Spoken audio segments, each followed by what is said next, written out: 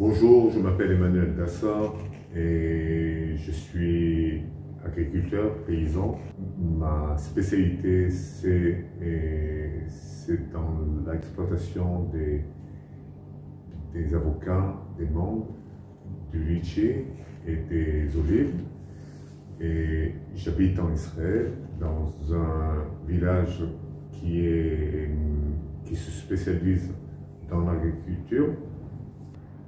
Au fil des années, ça fait déjà près de 40 ans que je suis dans ce village. Ce village a eu des transformations économiques avec le temps. Et moi, personnellement, et dans ma spécialité, j'ai une exploitation qui est à peu près de 200 hectares.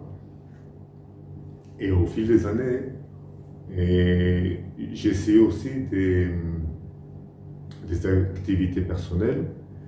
Et dans ces activités personnelles, j'ai essayé, et j'aime beaucoup le vin. Donc si on aime beaucoup le vin, on essaye d'avoir des vignobles et de monter une cave. Et c'était une expérience très forte, parce qu'en fin de compte, elle a échoué. Mais pourquoi elle a été très forte?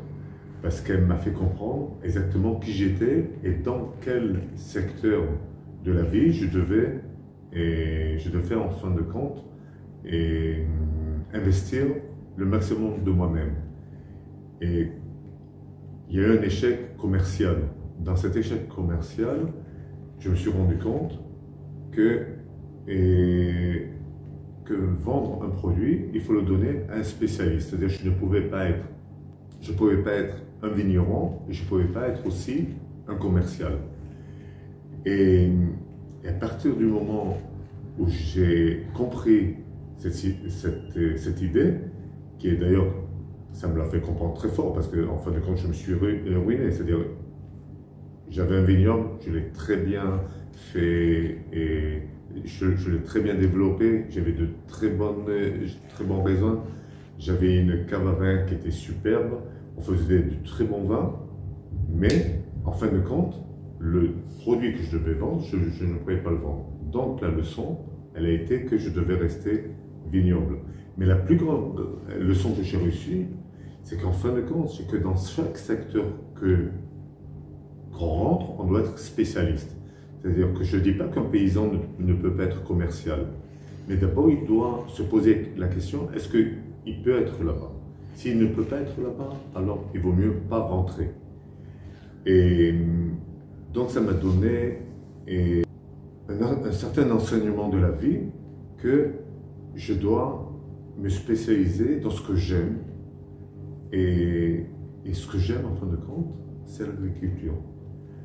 Et ça, je me suis rendu compte d'une façon finale à l'âge de 42 ans. C'est-à-dire que je n'avais pas 20 ans pour...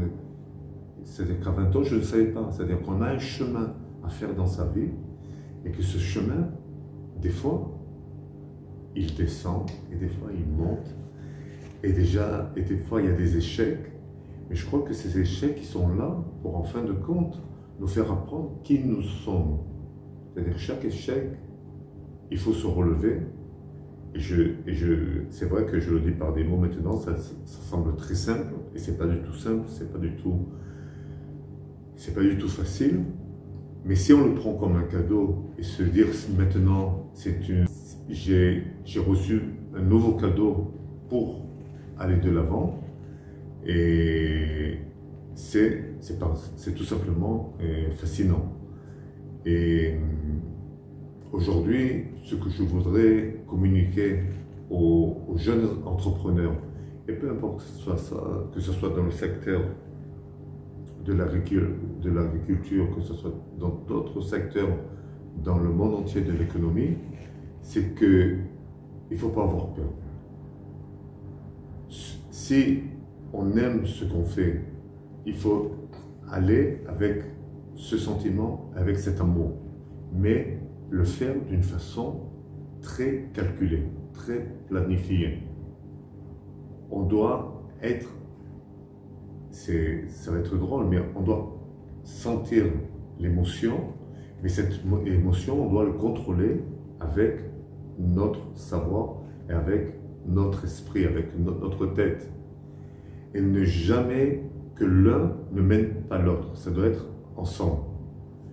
Et alors ça, c'est la première, c'est le premier conseil. De deux, on a un conjoint qui est notre associé.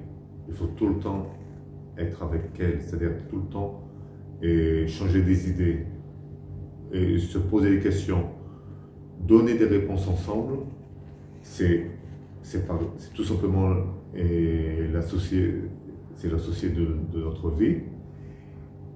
Et la dernière chose, est être très professionnel de ce qu'on dit, de ce qu'on fait, pardon, de ce qu'on fait. C'est-à-dire que s'il faut aller étudier, d'être paysan, d'être producteur de menthe ou d'avocat, alors il faut aller étudier. Si on ne va pas étudier, il faut prendre les experts, les meilleurs qui soient dans le pays, dans la région, là où on vit, pour avoir les meilleurs conseils pour pouvoir réussir le mieux possible. Je vais essayer de donner peut-être une idée sur le point de vue de la finance. Le point de vue de la finance, c'est un gros problème. C'est-à-dire c'est quelque chose qu'il faut savoir comment surmonter. Mais je pense que si on commence à réfléchir ça quand on est jeune, il faut tout simplement mettre de côté, faire des économies. Alors c'est vrai que ça commence par petit, mais longtemps. Et avec le temps, ça devient de plus en plus... Et on reçoit des meilleurs salaires, on peut mettre de côté de plus grosses sommes. Parce qu'en fin de compte, quand on va à la banque et quand on demande de l'argent en banque, au lieu d'avoir mis des économies il y a 3 ou 4 ans de côté, je viens à la banque et je leur donne en fin de compte ces économies. Alors, venez, on fait le contraire, c'est-à-dire si vous avez la chance d'être jeune, moi on ne m'a pas donné ce conseil quand j'étais jeune, et c'est vrai que j'ai pris des prêts à la banque, je les ai rendus parce que je savais comment les rendre, quelle était ma possibilité. Alors donc il y a deux façons de le faire, ou de faire des économies et de s'en servir. On peut faire des économies pendant 15, 20 ans. On peut commencer une nouvelle exploitation à l'âge de 40 ans, il n'y a aucun problème. Ou de prendre un prêt et d'être sûr qu'on peut le rendre. Voilà.